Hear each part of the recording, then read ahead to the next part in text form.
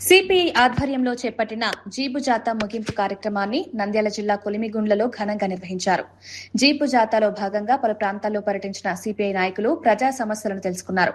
ఆయా ప్రాంతాల్లో ప్రజల నుంచి వచ్చిన సమస్యలు, స్థానికంగా ఎదురవుతున్న ఇబ్బందులను నాయకులు పరిశీలించారు.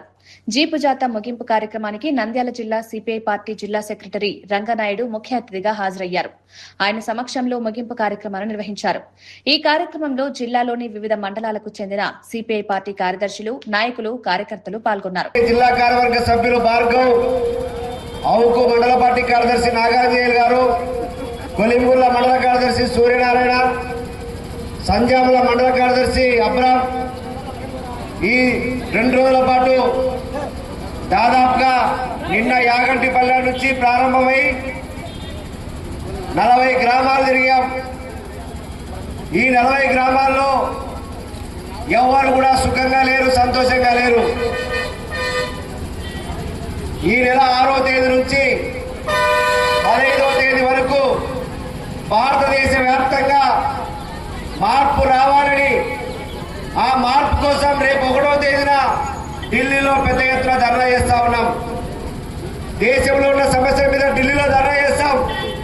అయితే నంద్యాల జిల్లాలో ఉన్నటువంటి సమస్యల మీద ధర్నా చేయాలని ఈ జిల్లాలో 6వ తేదీ నుంచి 15వ తేదీ వరకు ఇటు ప్యాపిలి నుండి అటు శ్రీశైలం వరకు, చాగలమరి నుండి ఇటు కొలిముల్ల వరకు అన్ని మండలాల్లో తిరిగాం.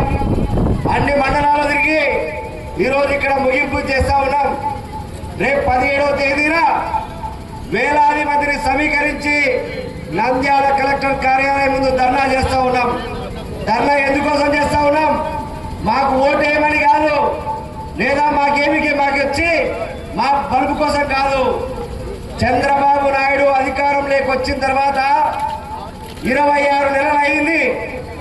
ఈ 26 నెలల్లో 24 నెలల పాటు మేము ఎక్కడ అడగలే. ఇక్కడ మహిళలు కూడా ఉన్నారు, రైతులు ఉన్నారు, విద్యార్థులు ఉన్నారు, యువకులు ఉన్నారు, కార్మికులు ఉన్నారు. మేము ఓపిక పట్టుకున్నాం. ఏం ఓపిక పట్టాం? ఈ కూటమి ప్రభుత్వం, నరేంద్ర మోడీ పార్టీ, బీజేపీ వాళ్ళు ముగ్గురు కూడా ఈ ఆంధ్ర రాష్ట్రం అంతా తిరిగారు. ఆయన కొడుకు లోకేష్ బాబు పాదయాత్ర కూడా చేశాడు. నేను పైన మనిషిని కాదు, ఇప్పుడు మారుస్తానని చెప్పాడు. ఏం చెప్పాడు? 58 ఏళ్ళు ఉన్నట్టు నుంచి 18 సంవత్సరాలు ఉన్నటువంటి ప్రతి మహిళకి ఎంతమంది మహిళలు ఉంటే అంతమందికి 1500 ఇస్తా అన్నాడు. ఇస్తానడక కానీ 26 నెలలు అయింది, ఇవ్వలేదు. ఒక్క రూపాయి కూడా ఇవ్వలేదు. లేదా చదువుకున్న యువకులకి ఉద్యోగాలు ఇవ్వకపోతే నెలకు 3000 రూపాయలు ఇస్తానన్నాడు, ఇవ్వలేదు. లేదా గ్రామీణ ప్రాంతాల్లో 3 సెంట్లు, పట్టణ ప్రాంతాల్లో 2 సెంట్లు ఇల్లు కట్టుకోవడానికి 4 లక్షల రూపాయలు అంటే మేము 5 లక్షలు అడిగినాం. ఆ 4 లక్షలు కూడా ఇవ్వలేదు. ఇవ్వకపోగా ఆయన అర్జీలు పెట్టుకుంటే ఆ అర్జీలు పెట్టుకున్న వాళ్ళకల్లా ఆటో ఉంది, కారు ఉంది, కరెంటు బిల్లు ఉంది, అప్స్టేర్ ఉంది. సిగ్గు లేకుండా 26 నెలలుగా కాలయాపన చేస్తా ఉన్నాడు. రేపు ఎల్లుండే ఎన్నికలు వస్తా ఉన్నాయి, సర్పంచ్ ఎన్నికలు. మళ్ళీ మోసం చేయడానికి ప్రజానికం దగ్గరికి మళ్ళీ తెలుగుదేశం పార్టీ వాళ్ళు వస్తారు. మీరు 1500 ఇవ్వలేదు కదా, 1500 ఇవ్వకపోగా మీరు ఈ ప్రభుత్వం వచ్చిన తర్వాత ఒకే ఒక మంచి పని చేశారు. ఏం పని అంటే 3000 ఉన్న పింఛన్ని 4000 చేశారు. మంచిదే. ఇంకా అరిగిపోయిన రికార్డు రావడం, 1వ తేదీ రావడం, పచ్చగిరికి గంజి పెట్టుకోవడం, ఫోటో దిగడం. కొత్త పింఛన్లు ఏమో ఒక్కడి కూడా ఇవ్వలే. ఇంకా ఎవరు అడగాలా? కొత్త పింఛన్లు ఇవ్వాలంటే మీ ఉన్న పింఛన్లే తీసేస్తా ఉన్నాడు చంద్రబాబు నాయుడు. ఇంకా వాళ్ళ సమస్యల పరిష్కారం అయ్యేది ఎట్లా?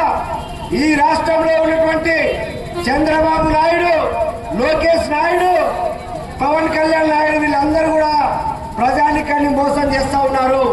గత ప్రభుత్వం మేమేమో మంచిది కాదు, మేము నికారస్ అని చెప్పి ప్రచారం చేసుకొని 164 సీట్లు సంపాదించారు కదా.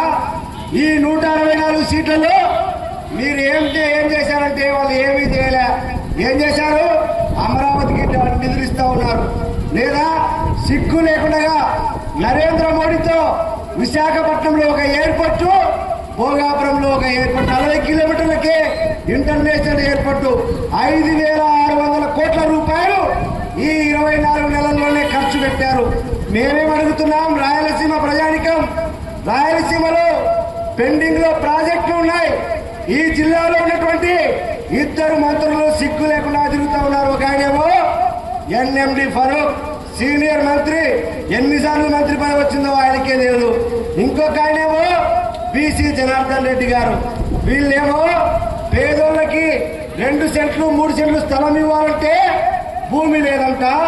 వాళ్ళ తెలుగుదేశం పార్టీ కార్యాలయానికి 2 ఎకరాల భూమి నంద్యాల నడిబొట్టులో తీసుకుంటారంట. వీళ్ళకి సిగ్గుందా అని అడుగుతా ఉన్నారు ఈరోజు భారత కమ్యూనిస్ట్ పార్టీగా. ఈరోజు అందుకోసమే కలెక్టర్ ఆఫీసు ఊరి బయట చివరన, వాళ్ళ ఆఫీస్ ఏమో బయట. అయ్యా చంద్రబాబు నాయుడు, నువ్వు మీ ఎమ్మెల్యేలకు ఇచ్చింది ఇదేనా? పక్కన నంద్యాల పక్కనే అలగనూరు రిజర్వాయర్ ఉంది. అలగనూరు రిజర్వాయర్ 2017 సంవత్సరంలో ఈయన ముఖ్యమంత్రి ఉన్నప్పుడే కొట్టుకొని పోయింది. ఎన్ని మీటర్లు? 500 మీటర్లు కొట్టుకొని పోతే 500 మీటర్లకు మట్టి వేయలేని దత్తమ్మ ప్రభుత్వం ఈరోజు చంద్రబాబు నాయుడు ప్రభుత్వం.